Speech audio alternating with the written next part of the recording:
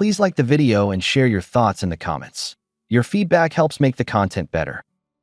She stood in the kitchen doorway with her gym bag already on her shoulder and asked if I'd mind if she spent the evening with her friends.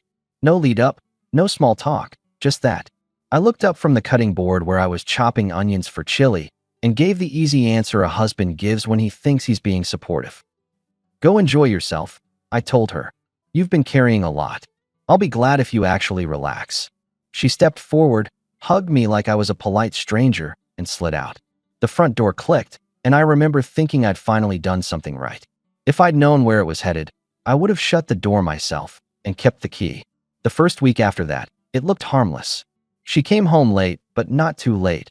Makeup still on, hair pinned the way she always did when she wanted to feel young. She talked about trivia night, about how her friend Brittany hated the new manager, about how the bar had a terrible playlist. You should have come, she said, grabbing a water from the fridge.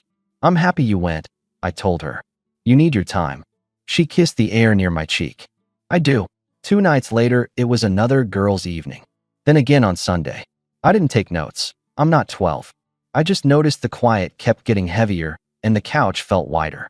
Still, I held the line. I knew how people burn out when they don't live a life outside the relationship. I didn't want to be that guy who polices it. By week 3, she wasn't asking, she was informing. Thursday's wine night. She tossed over her shoulder while sorting mail. Okay, what time you thinking? Late. Don't wait up. Text me when you get there, I said, rinsing a plate. She didn't answer. She slipped on a jacket, checked her reflection in the microwave door, and left. That was the first time I felt it. I wasn't part of the plan. I was an obstacle to route around. Friday morning, I tried a simple request. Just ping me where you're at, I told her while she tied her shoes. Doesn't need to be a novel. Just where and who. She paused like I'd asked for her social security number. Why? Since when is this a checkpoint? It's not. It's courtesy. Makes it easier to sleep. That's your problem, she shot back. I'm not filing reports. I dried my hands on a dish towel and looked at her. I'm asking for a small thing. She exhaled through her nose. You always make me the bad guy for wanting a life. I'm not making you anything, I replied. I'm setting an expectation. She grabbed her keys. Then expect I won't be texting. The door swung. The sound bounced around the house. And somehow the house had more corners. I didn't slam anything. I didn't track her phone or ask Brittany for updates. I made a different choice. I revised my life without her. It was an adult move. First change, calendar. I stopped arranging dinners around her schedule. If she wrote out on the whiteboard, I wrote gym on mine and meant it. Second, money. I set up separate accounts for daily spending. Mortgage and utilities stayed joint. Everything else split. I told her that over coffee. We're switching to separate debit cards for groceries, gas, the small stuff. I told her. Shared bills stay shared. The rest is on each of us. She blinked. You're punishing me. No, I'm simplifying. You want freedom, I'll give you clarity with it. That's cold. It's efficient. She chewed on that and then shrugged. Fine, do what you want. I did. The next Saturday, she floated back near midnight. I was at the dining table going through work emails with a beer sweating next to the laptop. She tossed her bag by the couch and kicked off her boots. You didn't check on me, she said, like she was testing me. Didn't have to, I answered. You said not to expect messages, so I adjusted. You hungry? You're pretending this is normal. No, I said. I'm just not playing tug of war with silence. She crossed her arms. I think you like me better quiet. I like you better honest. Her eyes moved to the separate debit cards on the counter. You really did it. I told you I would. She stared a second longer and walked past me down the hall. Water ran in the bathroom. The beer got warm. Monday morning, she tried a softer tone, like she'd pulled it from a podcast. Hey, she said, leaning on the doorframe while I tied a trash bag. I was a little sharp the other day. You were, I agreed, carrying the bag to the garage. I'm sorry, she added, following. It's just been a lot at work. Brittany drags me out so I don't drown. I get it, I said. Drowning is bad. I can text sometimes. Not every time, but sometimes. Sometimes is still vague, I told her. But if you mean it, good. I mean it, she said, touching my shoulder. And Saturday, maybe we could do that diner you like. Just us. I'm in. She smiled and kissed my neck lightly. If you want to know whether I bought it, the answer is I parked the skepticism in the driveway and drove off with a smile. That's the problem with hope. It keeps renewing itself without asking for your credit card. Wednesday night, she texted, "At Haley's. Girl time. Be home later." "Got it," I replied. "Thanks for the heads up." That was the first illusion. A breadcrumb of courtesy after I shut the kitchen door on the argument. I let it relax my shoulders. I cooked, watched a game, and hit the gym earlier the next morning. I even sent her a meme about messy group chats. She didn't reply, but I wasn't keeping score. I was measuring consistency, and I didn't have a ruler yet. A week later, we had a neighborhood barbecue at Tyler's place. Tyler's an old friend. Works HVAC, jokes too loud, grilling apron with grease stains that tell stories better than he does. He and his wife, Claire, drag folding chairs to the driveway and invite the whole block. Burgers, a cooler full of canned drinks, kids on scooters, the usual. I brought a salad no one touched and a pack of buns. She came in a sundress and sunglasses, the kind of casual that takes 40 minutes in the mirror. Claire hugged her. "You've been a ghost," Claire said. "Busy," she answered, smiling without showing teeth. Tyler waved a spatula at me. "You gonna eat or judge my grill marks again?" I brought buns. I've done my part. We were doing small talk when Brittany arrived with a new haircut. She leaned over our folding table and kissed my wife on the cheek. "There's my partner," Brittany laughed. "You surviving sober?" "Barely," my wife said, and glanced at me like I was a parent at a sleepover. Brittany looked around and announced to the group, "We're stealing her tomorrow night. Non-negotiable." "Tomorrow's our dinner," I reminded my wife. "The diner." She flicked a napkin at me. "It's just dinner." "It was the plan," I said, even tone. I wasn't pleading. Brittany rolled her eyes. "Men and plans. We'll have her home before midnight." Tyler snorted. "Midnight in which time zone?" People chuckled.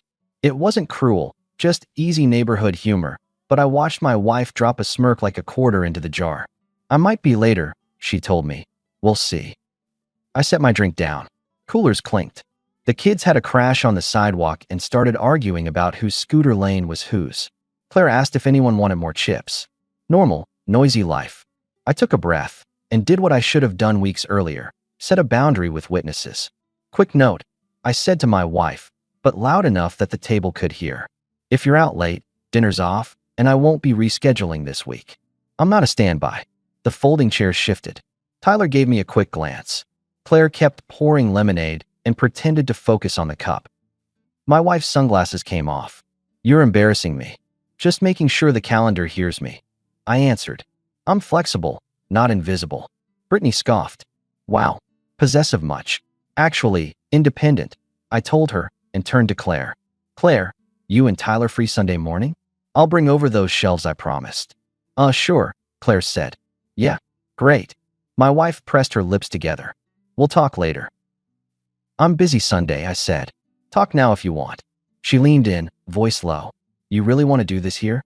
"No," I said, standing. "I want a partner who respects the plan she made. If the plan changed, say it. Don't wait until there's an audience to flag it." Tyler stepped between us with a plate. "Burger? Medium." "Perfect," I told him, taking it. "Thanks." The rest of the barbecue went on. She performed friendship with Brittany, loud laughs, arms linked. I talked tools with Tyler and helped a kid fix a chain on a scooter. When we left, the car ride was quiet for 2 blocks. "You made me look ridiculous," she finally said. "You did that when you unplanned our dinner," I replied. "I never said I wouldn't go.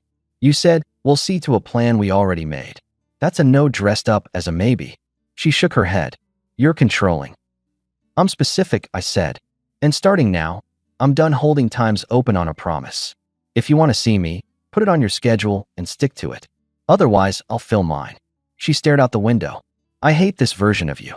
"This version has boundaries," I said. "You'd like the old version better because he let you be vague." We didn't talk the rest of the drive. At home, she went to the bedroom, closed the door. I went into the garage and sorted tools into bins. I labeled one, "IT can wait," and put the shelf brackets inside. It wasn't a joke. It was a new category. The next day, she texted mid-afternoon. "Dinner still on tonight?" "Only if you want it," I wrote. "Otherwise, I'm meeting Tyler at the hardware store." I want it. We met at the diner. She was 10 minutes late, but looked like she'd tried to be on time. I got us a booth. She slid in and took a breath. I was wrong at the barbecue, she began. I get why you felt disrespected. Appreciated, I said. I'll be better, she went on. I know I've been distant. Yeah, I said. I've noticed. I miss us, she said, running a fingernail along the condensation on her water glass. I want to fix it. It sounded attractive. She looked lighter. Her voice didn't carry the usual sarcasm. Middle of scene 2, and here was the mid-turn, softness after a public check. I gave it the benefit of the doubt. We talked about normal things. We laughed about Tyler's apron.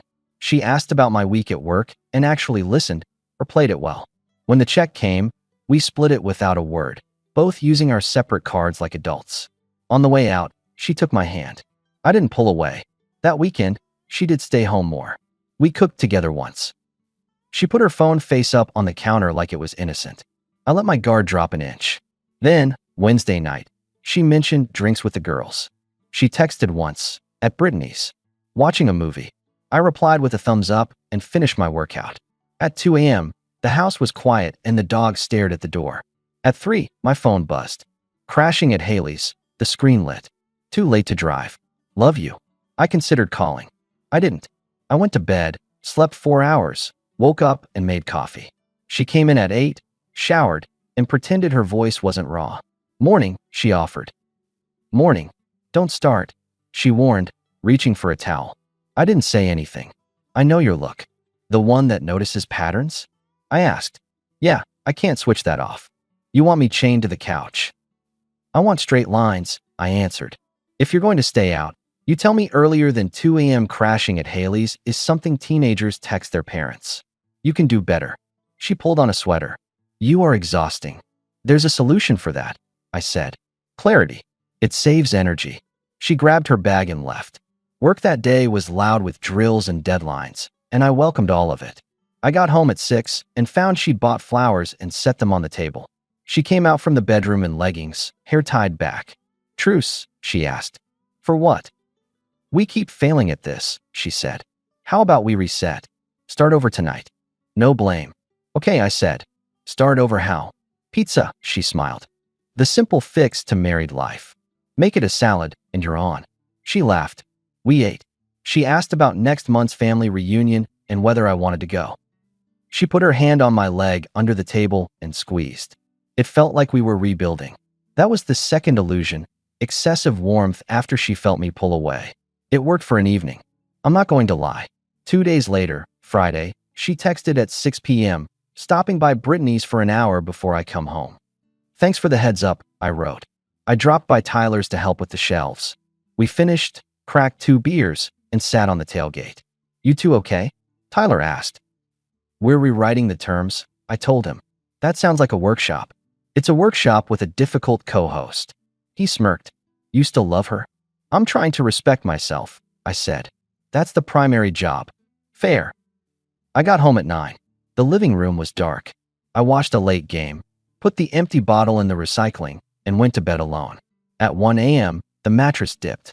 She didn't smell like a movie night. She slept facing the wall. I didn't check her phone. I didn't check mine.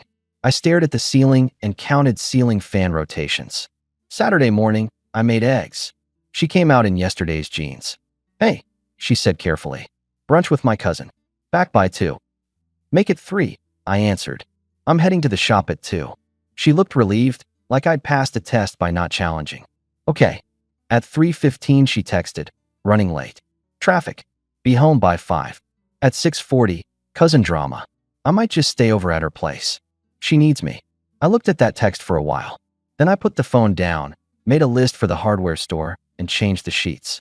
Sunday morning, she came home with donuts and a smile. Peace offering, she said. I'm not hungry, I told her. You're never hungry when I try, she said, dropping the box on the counter. Correction, I said, turning to face her. I'm hungry for respect. Sugar doesn't handle that. Can we stop with these lectures? She snapped. I'm human. My cousin needed me. Your cousin lives on the other side of town, I reminded. And she posts everything. When she needs someone, it's usually to paint a room or take a picture. She paused. You're tracking her? No. I have eyes. There's a difference. She glared. I'm going to Brittany's. I stepped aside. Do what you want. She grabbed the donut box again. No, you don't get any. It fits the theme, I said. Empty calories. She stormed out. I opened my laptop and did our monthly finances. I moved my direct deposits into the new account and set auto pay for my half of the bills. I canceled the couple's painting class we'd signed up for next weekend and texted Tyler that I'd help him with his shed instead. Then I put my wedding ring in the top drawer.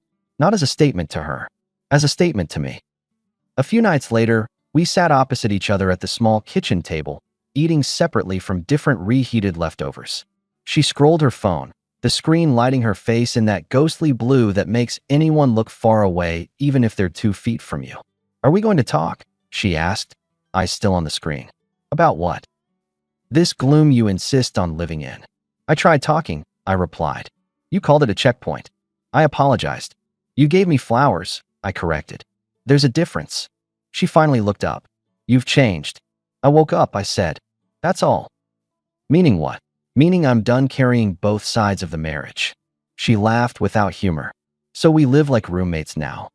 Until the behavior changes, I said. Yes. And if it doesn't? I'm not attached to roommates.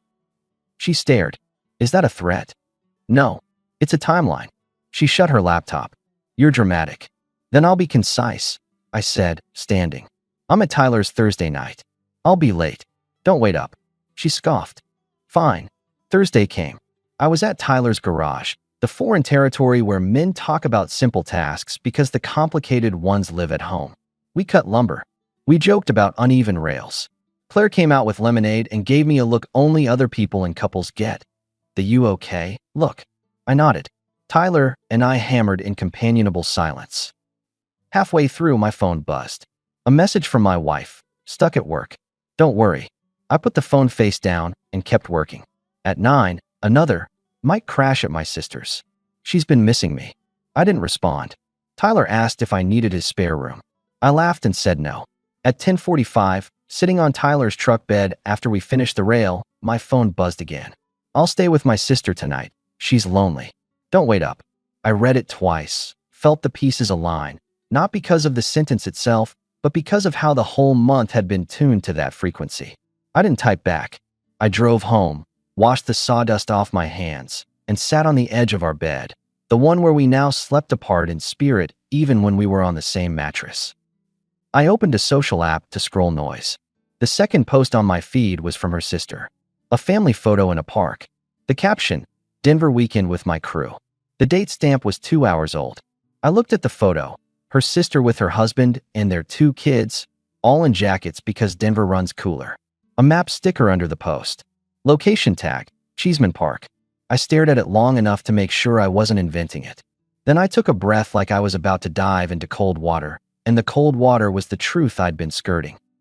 I sent my wife a message. Nice try? I believed you longer than I should have.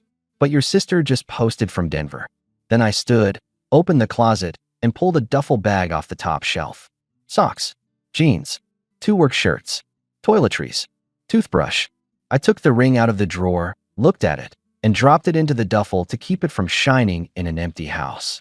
I grabbed my laptop and a charger. I walked to the garage, got in the truck, and drove to Tyler's. I texted him in the driveway, crash at yours. He opened the door in sweats and handed me a blanket without questions.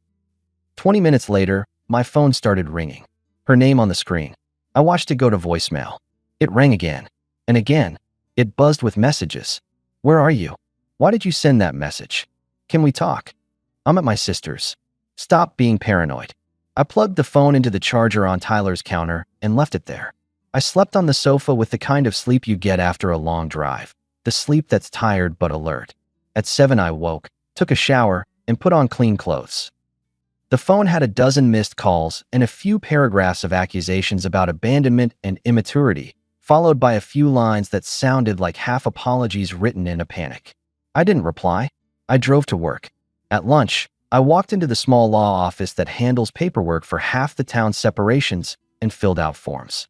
The receptionist wore the look of someone who sees this every day and never gets used to it. You sure? She asked, not prying, more like a habit. I'm sure. Back at work, I kept my head down and actually finished something ahead of schedule. The calls from her kept rolling. I let them roll. That evening, Tyler and I watched a game on mute, and I dozed with my feet on an ottoman. The next morning, she texted a new tone. "I'm sorry. Can we talk like adults?" I didn't respond. She called again, then switched to long messages about how she only lied about the sister part because she didn't want to fight, how she was scared of my new rules, how she felt suffocated even though I was the one who had spent the last month taking up less space. Day 3, she sent. "I can explain everything." "I'm not interested in explanations," I typed, then deleted it. I kept my hands off the keyboard like it was a trigger. Day 4, she tried anger. "You ran out on me. You left me for dead over a misunderstanding." I moved the phone to silent and built a shelf in Tyler's shed. The smell of cut pine is clean. It smells like decisions. Day 5, silence from her. Day 6, a new number called as I left the grocery store. I let it ring. It called again. I answered. "Please," she said, voice already breaking. "It's me. Don't hang up. You have 2 minutes," I told her. Calm, not charitable, just efficient. "I messed up," she rushed. "I went out. I lied because you've been rigid and I panicked. I love you. I want us. I can stop going out. I can do whatever you want. Just talk to me. Please." "What exactly are we talking about?" I asked. I stepped into the shade of the store's entrance. A couple walked by with a cart and didn't hear a thing. The sister excuse that makes no sense. The month of rerouted nights. The performance at the barbecue. "It wasn't like that," she said. "I got lost. I was trying to find myself. It got away from me. None of it means anything if I lose you. I'll change. You won't have to ask twice." "I'm glad you realized something," I said. "But here's the truth. Nobody lies about where they sleep because they're a little lost. They lie because they've built a second life in the cracks. I don't need to know the details to know I won't live with it." "Don't say that," she begged. "Don't throw us away." "There's nothing to throw," I answered. "You made your choices. I'm making mine. Forget me." "Please," she cried. "Please, I'm begging you. We can fix this. I'll prove it." "Of course it won't happen again," I said dry. "Because this is over." And I cut the call. She didn't call back. Not that day, not any day after. When the papers arrived, she signed. There were a few texts about furniture, a question about the dog on weekends, but nothing with heat. The heat had burned off. What was left was logistics. You want me to say I felt heroic? That I slammed a door and the score evened out in the universe? That's not what it felt like. It felt like finally taking your hand off a hot stove you've been trying to convince yourself was a space heater. I moved into a rental with a narrow driveway and a view of a baseball field where you see kids throwing midday when they should be in class. I bought a used truck with a dent in the tailgate and liked it better than the spotless one I left. I put my tools on a pegboard I drilled into a wall by myself. On Sundays, I met Tyler and Claire for pancakes at a diner where the waitress calls everyone Han and refills coffee without asking. I went back to the gym, not out of spite or revenge shape, just because my body felt like mine again. 3 months in, I got a text from an old colleague, Erica, who runs a small project team for a construction firm. "We need someone who actually shows up," she wrote. "You bored yet?" I wasn't bored, but I showed up. The work was clean. The crew respected clear orders. I brought the same rules I learned at home. Say what you're doing, do it, and if someone can't do it, cut them from the schedule before they cut your timeline.